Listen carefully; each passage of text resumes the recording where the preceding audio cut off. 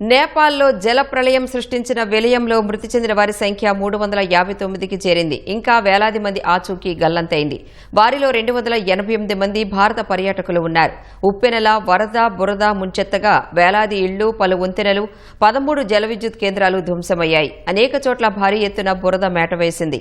అత్యంత ప్రతికూల పరిస్థితుల మధ్య యుద్ధ ప్రాతిపదికన సహాయ చర్యలు కొనసాగిస్తున్న సిబ్బంది మృతదేహాలను వెలికితీస్తున్నారు.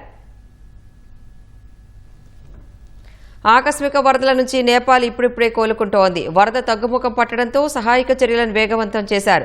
నేపాల్ ఆర్మీతో పాటు విపత్తు నిర్వహణ బృందాలు, పోలీసులు రెస్క్యూ ఆపరేషన్లో పాల్గొంటున్నారు. వేలాది మంది ఆచూకీ గల్లంతవ్వగా వారి కోసం విస్తృతంగా గాలిస్తున్నారు. సైనిక హెలికాప్టర్లతో పాటు 40కి పైగా ప్రైవేటు హెలికాప్టర్లతో సహాయక చర్యలు కొనసాగుతున్నాయి. మెరుపు వరదల ధాటికి మౌలిక సదుపాయాలు తీవ్రంగా దెబ్బతిన్నాయి. ప్రాథమిక నివేదికల ప్రకారం 35 వంతెనలు, 45 సస్పెన్షన్ వంతెనలు, 40 కిలోమీటర్ల మేర రహదారులు దెబ్బతిన్నాయి. 9 జల విద్యుత్ ప్రాజెక్టులు పూర్తిగా ధ్వంసమయ్యాయి. ఫలితంగా అనేక ప్రాంతాలకు విద్యుత్ సరఫరా నిలిచిపోయింది. రాజధాని కాఠ్మాండూను ఇతర ప్రాంతాలతో కలిపే నాగ్దొంగ ముగ్లింగ్ జాతీయ రహదారి సహా 9 జిల్లాల్లోని కీలక రహదారులపై రాకపోకలను నిలిపివేశారు.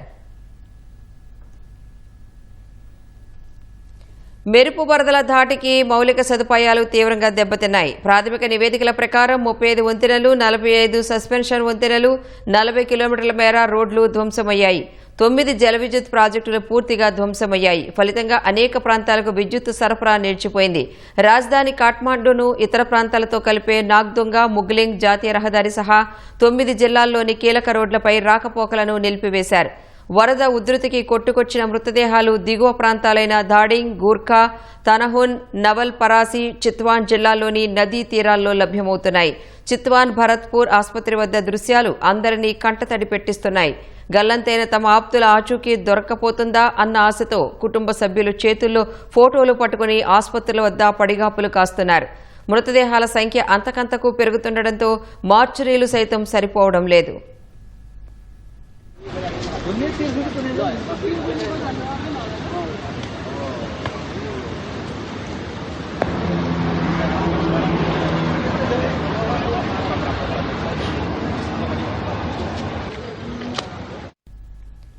ఈ జల ప్రళయానికి మంచుకొండలో భూకంపం కారణమని తొలుత వార్తలు వచ్చాయి. అయితే భారీ మంచు చర్యలు విరిగిపడటం వల్ల ఆకస్మిక వరదలు సంభవించినట్లు తాజాగా వెల్లడైంది.